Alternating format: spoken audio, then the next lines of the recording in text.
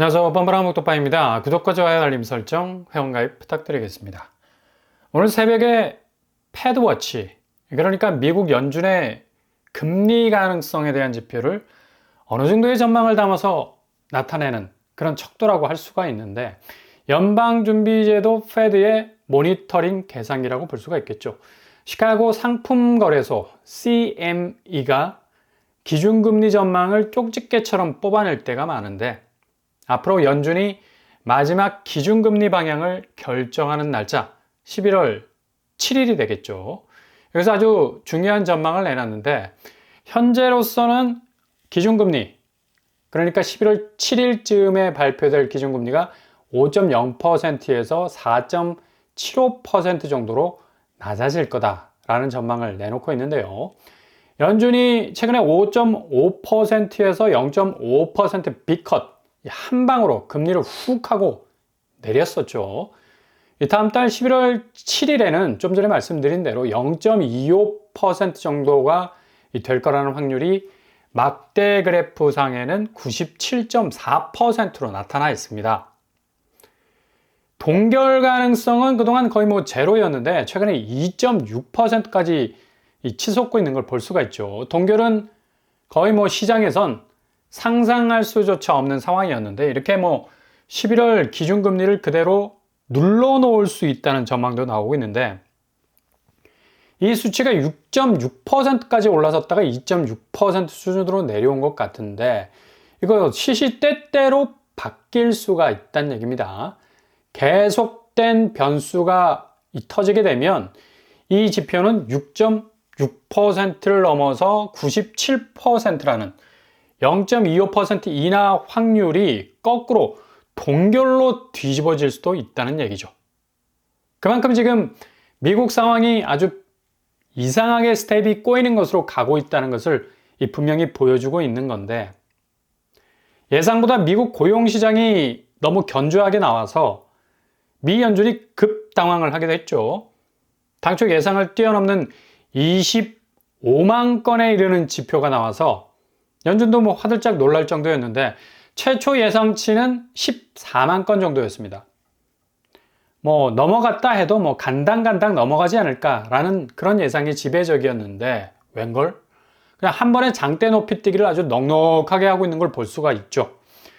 이렇게 고용시장 지표가 좋게 나오니까 지난달 B컷 0.5% 금리 인하가 풀 악셀이 되어버린 거고, 앞으로 고용지표에 집중을 한다는 입장이 이후 물가지표가 상당 부분 어려워질 가능성이 있어서 균형을 다시 조정해야 할 입장이 되어버린 건데, 이렇게 되면 패드워치 예상대로 11월 7일에 있을 기준금리는 동결도 가능할 수준이 될 수 있고, 최대 변수는 바로 국제정세가 아주 다급하게 돌아가고 있는 바람에 긴장도가 극으로 치닫고 있죠.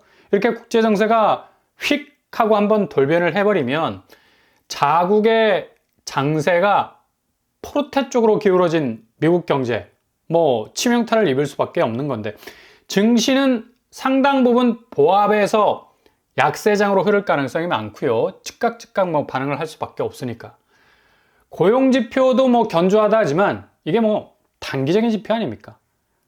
그만큼 아주 짧은 텀에 나온 그런 성격이 강하고, 기본 깔려있는 침체 국면의 상황은 그리 빨리 개선될 여지가 보이지 않고 오히려 더 골이 깊어질 수 있는 가능성이 높다는 얘기죠.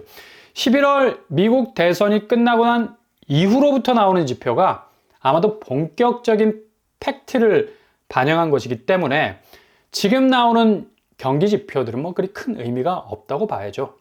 결국엔 미국 연준이 독박을 쓸 수도 있는 게, 물가는 차치하고 고용지수에만 신경을 쓰다가 너무 크게 금리를 날려버렸다는 실수가 될 수가 있다는 얘기죠. 이런 아킬레스건을 딱 잡고 있는 게 바로 유가 부분. 지금 서부 텍사스유가 74달러까지 치솟고 있는데, 선물 가격도 이렇게 계속해서 오른다는 거는, 그러니까 다음 주에 있을 유가 장세가 장난이 아니라는 걸 고스란히 보여주고 있죠. 그러니 변수 중에서 거의 최악이라고 말해도 되는 이 기름값이 천정부지로 올라갈 확률이 그 어느 때보다도 높아졌다는 얘기입니다. 이렇게 되면 2년간 이 금리 올려서 인플레와의 전쟁에서 승리했다는 평가는 급속도로 퇴색될 수밖에 없는 거죠. 그동안 그렇게 연준이 애지중지 2%대 물가지표를 유지하면서 이제서 고용시장에 대한 대비로 침체에 대한 준비를 본격화하려고 하는데, 유가 부분이 이렇게 터지게 되면 물가는 뭐 자동으로 점프 슈트 있고 튀어 오르는 건 수순인데, 이렇게 되면 금리는 다시 원점으로 돌아가야 하는 상황이 터질 수도 있다는 얘기입니다. 물가를 기본 잡지 못하면 통화정책은 2년간의 공술의 공수거가 돼서 빈손으로 돌아갈 수밖에 없는 건데, 이렇게 되면 미국 금융시장은 대혼돈 속으로 들어갈 수밖에 없다는 얘기입니다. 가뜩이나 뭐 침체 공포가 전반적으로 금융시장에 깔려있는 상황에선 물가까지도 숨이 막히게 압박을 하게 된다면 물가라는 산은 높아지고 침체라는 골이 깊어지는 전형적인 인플레이션으로 가는 수순을 밟을 수밖에 없다는 얘기죠. 미 연준이 제일 싫어하는 게 인플레이션, 그림자만 봐도 몸서리를 치는 마당에 이렇게 한 방에 물가가 튀어오를 수 있는 급변수가 기름을 짜내는 지역에서 생긴 트러블이 극에 달하게 되니까, 가뜩이나 뭐 늘 물음표를 가진 곳들이었는데 거의 뭐 변수가 급변수로 변하는 느낌표로 변하게 되니까 이게 어떻게 뭐 자체적으로 해결할 수 있는 방법이 없는 거죠. 그러니 지금 미국 경제의 스탠스는 증시의 호황을 자뻑하면서 개가를 부를 형편이 못 된다는 얘기죠. 개선장군 깃발 펄럭이던 시총의 위력들이 죄다 후두둑 떨어질 수 있는 유성이 될 수도 있는 것도, 이게 강력한 경기 부양에 대한 유동성 확대가 아주 요상하게 돌아가게 되는 건데, 긴축이라는 빗장을 한꺼번에 풀 수 있을 요량이 못 된다는 얘기입니다. 그만큼 인플레이션 위기감이 급증하게 되는데 어떻게 뭐 현금을 헬리콥터에서 뿌릴 수 있겠습니까? 그래서 지금 유가 변수가 터졌기 때문에 미국 기준금리는 아주 난처한 상황에 처하게 됐고, 오히려 물가 급등이라는 예상치 못한 악재가 터지게 되면 금리를 다시 거꾸로 돌려야 할 상황이 오게 될 수도 있다는 얘기죠. 게다가 증시 역시도 이런 상황이 전개가 되면서 300조가량의 엔캐리 자금들이 일거에 움직일 수 있는 최대 위기도 맞을 수가 있습니다.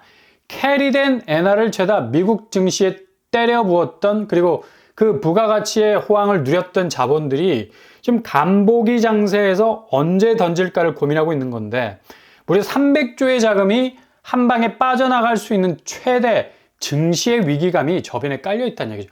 결국 기준금리 인하로 인해서 미국 달러 가치의 차익이 줄어드니까 엔캐리 자금들이 움직이려던 찰나에 유가라는 변수까지 터져서 증시가 이제 떡반죽이 될 가능성도 있으니까, 다음 주 미국 증시는 지난 주말 미국 비농업 부분 고용지수가 좋게 나왔다고 뭐 샴페인을 터뜨렸었는데 상당 부분 다시 위축될 가능성이 엿보이고요. 금융시장도 이렇게 지금 만만치 않은 위기 앞에 봉착해 있다고 해도 과언이 아닙니다.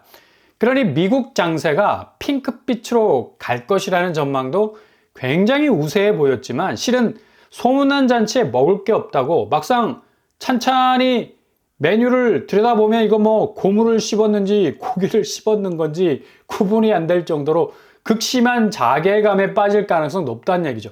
그만큼 지금 미국 경기 지표나 금융 지표가 좋지 않은 상황을 맞이할 수 있을 가능성이 높다는 얘기입니다. 누가 이런 지경을 예상이라도 했겠습니까? 내일부터는 뭐 거의 최절정의 사건들이 줄줄이 터져 나올 것으로 예상이 되고요. 코스피가 지난 주말 나스닥 상승세를 힘입어서 다시 국장이 회복의 기미를 보일 수도 있겠으나, 유가 불안이라는 변수가 거의 뭐 뒤통수를 가격할 정도로 세게 내리치는 형국이니까 국장 역시도 나스닥 장세의 호재를 약간 떠안을 수도 있기는 하겠지만, 국내 금융시장 자체가 대기업도 뭐 스스로 구조조정에 뼈를 깎는 스탠스를 취하고 있기 때문에 상당히 어려운 국면이 펼쳐질 것으로 예상이 된다는 얘기죠. 부동산 시장은 지금 연말까지 시중은행이 금리 단속을 철저하게 전개할 가능성이 높아서 시중금리는 체감적으로 상당히 높다라는 쌀쌀함을 전해줄 것으로 보이고, 어떻게 해서든 부동산 시장이 악재를 밟고 다시 치고 올라가려는 이 선수들의 성화봉송, 아파트 정거점 최고가 신고가 불을 붙이려 해도 이게 번번이 내리는 흑비에 의해서 꺼질 건 자금줄이 일단 막혔습니다. 우회해서 대출 수요가 자금을 끌어당기려 해도 기본 거래량이라는 탄력성이 다 죽어있는 상태에선 이것도 거의 뭐 성냥불긋기, 불장난에 지나지 않는 건 기본 전체 판사리가 다 얼어붙고 있는데 성냥불로 어떻게 화목난로를 만들 수 있겠습니까?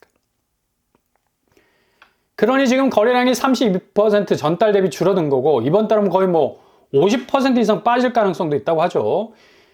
이제 뭐 체감적으로 느껴질 수 있는 아파트 하락세를 두 눈으로 목격하게 되는 시즌이 도래하게 될 것 같습니다.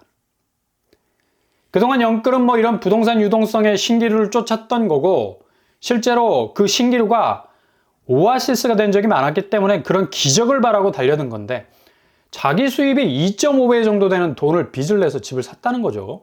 이렇게 되면 버틸 여력이 점점 희박해질 수밖에 없습니다. 어차피 소득이라는 건 주변 물가가 어느 정도 받쳐줘야 뭔가 견딜 수 있는 내구성이라도 생기는데 이게 아니거든. 새로 사야 할 집값 자체가 억대로 오르는데 어떻게 자기 소득 기준으로 대출 규모가 2배, 3배로 그칠 수 있겠습니까? 아마도 2024년 물가 상승률을 대입하자면 특히 분양가는 물가 지표에 잘 잡히지 않죠. 대체로 임대료로 잡히니까. 실제로는 거의 1억 연봉이면 10억이 넘는 아파트를 사들였기 때문에 최소 뭐 5억 이상은 받아야 되겠죠. 그죠? 5배, 6배, 7배라고 봐도 무방하다는 얘기입니다. 근데 신축 시장에서 이렇게 10배가 넘는 주거비용 지출했지만 막상 이게 매매 시장으로 넘어오게 되면 1년만 지나면 뭐 이게 신축도 이제 구축 대열에 서서히 합류를 하게 되는 거죠. 결국엔 매매 시장은 사줄 사람이 급격하게 줄어드는 그런 형국으로 가고 있어서 집값의 부가가치는 급격하게 쪼그라들 가능성이 높아질 수밖에 없는 거예요. 10억에 샀는데 5억으로 반토막이 나게 되면 정말 뭐 피눈물 날 수밖에 없는 거고 지금도 올라가는 분양가 떠안아야 된다는 생각에 대출 더 받을 수밖에 없는 거고 이게 그냥 개미지옥이 되는 거죠. 결코 빠져나올 수 없는 유혹에 딱 걸리게 되는 건데 결국엔 집값이 덩어리째 날아간과 동시에 그 집을 사기 위해서 무리하게 빌렸던 대출만 고스란히 남게 되는 절체절명의 상황에 처하게 된다는 얘기입니다.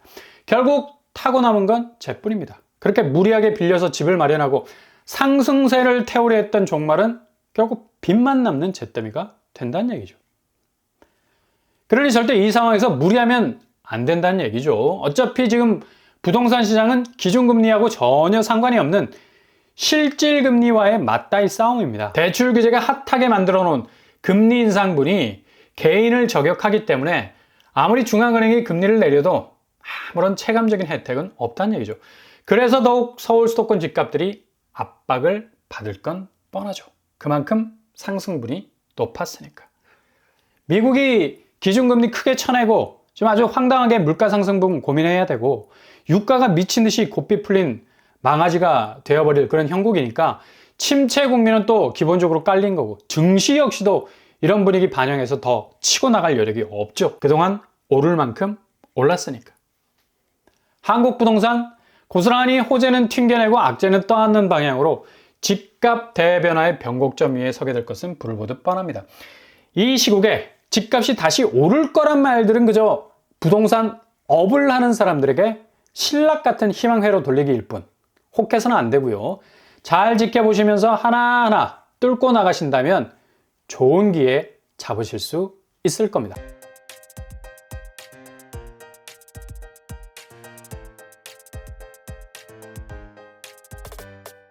오늘의 부동산 크래커죠. 새벽에 나온 6.6% 지표는 뭐 거의 지난 모든 상황을 뒤집어 엎을 만큼의 아주 큰 반전을 보여준 거고 유가 변동성이 제일 큰 상황에서 연준의 금리 동결 가능성 이 수준을 더 넘어설 것으로도 보입니다.